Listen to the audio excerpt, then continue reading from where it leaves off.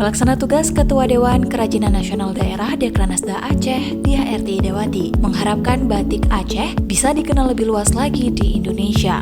Hal itu disampaikan Diah Erti Idewati saat mengunjungi pameran dan penjualan batik Aceh, Papua, dan Minang di Rumah Yayasan Batik Indonesia, Kebayoran Baru, Jakarta, Rabu 9 September 2020.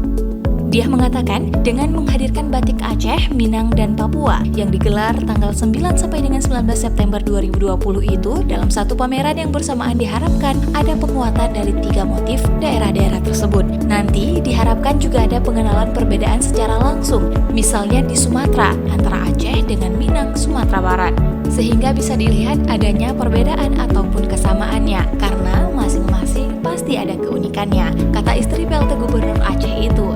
Dengan demikian, katanya, batik Aceh nantinya bisa lebih digemari secara general. Tidak hanya di Aceh, tapi juga masyarakat di Jakarta, serta masyarakat Indonesia secara lebih besar lagi. Dalam hal ini, ia memberikan apresiasi setinggi-tingginya kepada ketua maupun pengurus Yayasan Batik Indonesia yang telah memberi kesempatan kepada Aceh dan kepada seluruh daerah lain untuk bisa memperlihatkan kebolehannya.